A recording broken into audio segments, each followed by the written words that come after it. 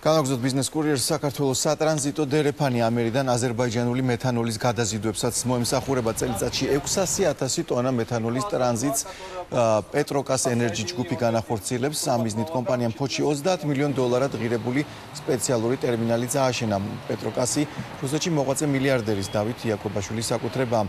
მასვე ეკუთვნის ნავთობკომპანია გალფი და ფოთში დღევანდელი ტვირთების ტერმინალი Channel Energy-ს დასახელებით. ჩვენი დათვლებით ეს ტრანზიტი რკინიგზის მოცულობებს, გადაზიდვის მოცულობებს გაძლევს 80%-ით, რაც არის თავისთავად ბიუჯეტში შენატანები და ასევე ამ პროექტში დასაქმდა დაახლოებით 100-მდე ადამიანი. პარტნიორებს შორის ხანგრძლივი სასამართლო დავისა და რკინიგზის მხრიდან პრეტენზიების შემდეგ, რის გამოც მან შეკვეთების შეაუჩერა, ელექტროვაგონშემკეთებელი ისევ ამუშავდა.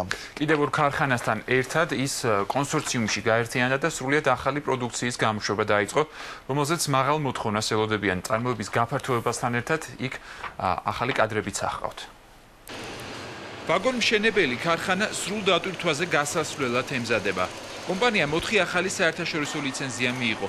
შედეგად კი ჯამში 7 სახეობის ვაგონის მშენებლობის ნებართვა მოუგროვდა, რომელზეც როგორც ადგილობრივ, ასევე საერთაშორისო ბაზრებზე დიდი მოთხოვნაა. საბჭოთა სივრცეში 3 ქვეყანას აქვს მხოლოდ და მხოლოდ ვაგონის წარმოების უფლება. ეს არის რუსეთი, უკრაინა და საქართველო. ეს გვიხსნის ხელფეხს და გვიხსნის უზარმაზარ ბაზარს ამიერკავკასიაში პირველ რიგში.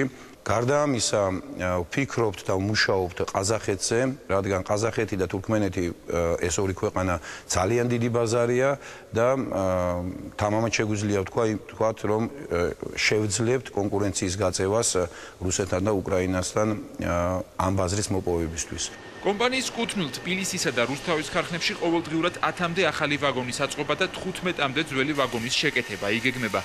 ამისთვის 2000-მდე თანამშრომელი უკვე აიყვანეს და ახალი წლიდან კიდევ 1000-ის დამატებას გეგმავენ.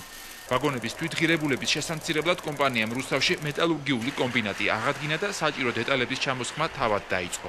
შედარებით იაფი გვიჯდება ყოველივეს ვიდრე იმპორტირებული პროდუქცია და თლიანობაში ვაგონის თვითღირებულებას დაახლოებით 10%-ით მაინც შეამცირებს. საომარი სიტუაცია უკრაინაში და უკრაინა ერთ-ერთი ჩვენი უმსხვილესი მომწოდებელია.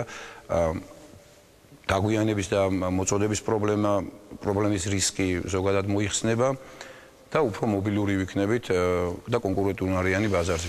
ქარხანას ამჟამად საქართველოს რკინიგზიდან აქვს 450 ვაგონის შეკვეთა. მომავალი წლიდან კი იქ საზღვაო კონტეინერების, ღვინის ცისტერნებისა და სამგზავრო ლიფტების დამზადებაც იგეგმება. საბოლოოს კიდევ ერთი სიახლე საღებავების უმსხვილესი გერმანული მწარმოებელი ბათუმში დღეს თავის საბრენდო ცენტრს გახსნის. კომპანია გათვლას ბათუმში უძრავი ქონების ბაზარზე შენარჩუნებულ მაღალ აქტივობაზე აკეთებს, რაც რემონტების მოცულობასაც სტაბილურ დონეზე იჭერს და ხარისხიან საღებავზე მოთხოვნასაც.